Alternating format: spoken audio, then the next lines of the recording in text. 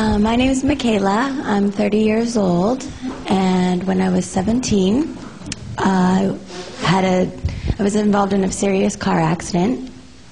Just to give you a brief overview of the car accident, we were coming home from family vacation. I was in the back seat of the car sleeping, and for whatever reason, I still today do this. I sleep with my hands over my head.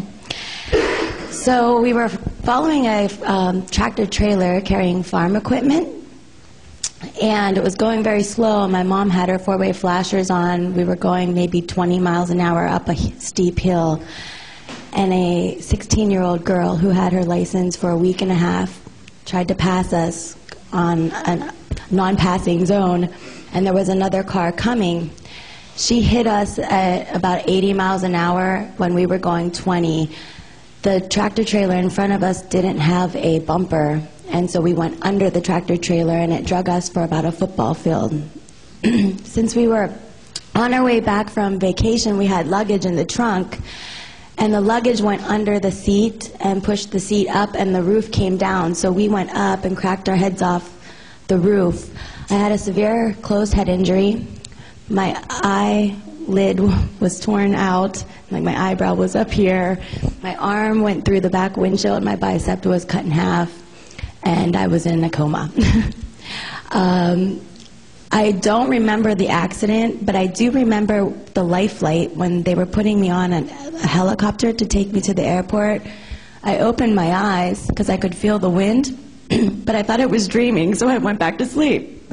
And then I didn't wake up again for 7 days. They induced another coma because I was going crazy, and it was supposed to only be in the coma for maybe 24 to 48 hours, and I didn't wake up. I flatlined, and I ended up being in the coma for a total of about 14 days. When I was flatlined, I remember being surrounded by a white, fuzzy light, and I was being held. Someone was hugging me. I couldn't see that person, but I knew I was with God or my higher power. I felt very pleasant. I wasn't afraid. It was very comforting. Actually, it was probably the best feeling that I've ever felt in my life, in my death. I felt my best feeling. And I was just kind of so content there that I wanted to just go to that place. I wanted to be with that feeling. And just as I was about to go, you hear all the time people say, your life flashes before your eyes. Well, my life flashed before my eyes. It wasn't really what I expected. I didn't see actual people or physical things. It was more of the essence of everything, but it was very clear. I saw me with my grandchildren. I don't even have children yet.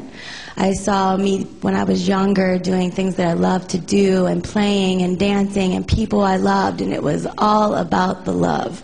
It was all about the love. And I knew that if I went to that place, I would be okay, but I would never have this life again. And I loved this life, and I loved to live, so I started fighting and crying and praying, please God, don't make me die, I don't want to die, I don't want to die. And I fought and fought. And I remember colors flashing, like the white turned into red and green and blue, and it was flashing, and I fought harder than I ever had in my life. And then I felt all at once like I was being sucked through outer space. It was just like, so then I ended up in the corner of my hospital room, looking at my body and seeing all my family sitting around, upset. And I tried to tell them, for some reason I had special powers that I could move around in this form.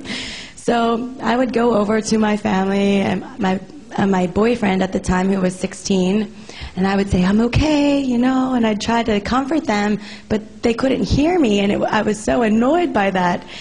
And then I would get bored, and I would go in my body for a little while, and it would get too much. It would be too much pain, and so I would come back out I got pretty comfortable being in that form. I would say, now that I think back on it, I was probably in and out of my body for about a week and a half.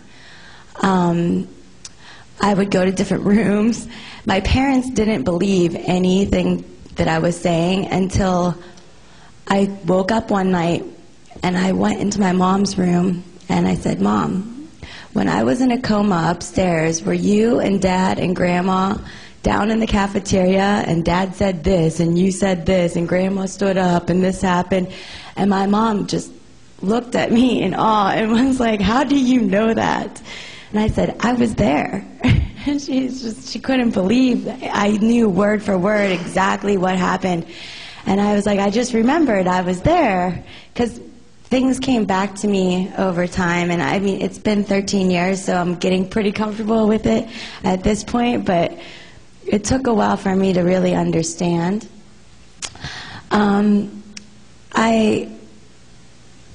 After I was in the hospital for about 3 weeks, 3.5 weeks maybe, and they told me that I could go home.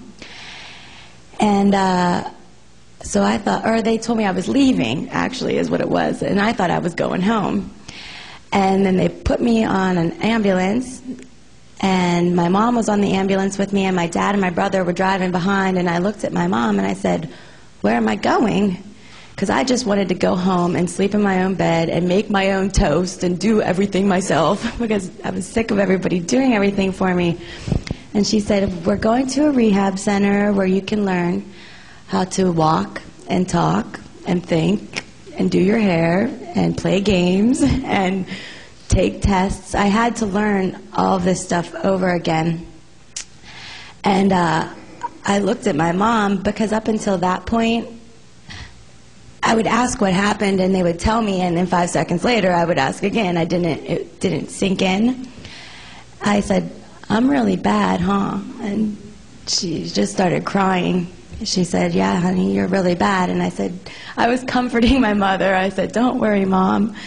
I'll get better soon." And so I went to the rehab center. I was supposed to be there for a month, but I ended up getting released early. I got released in like 2 weeks.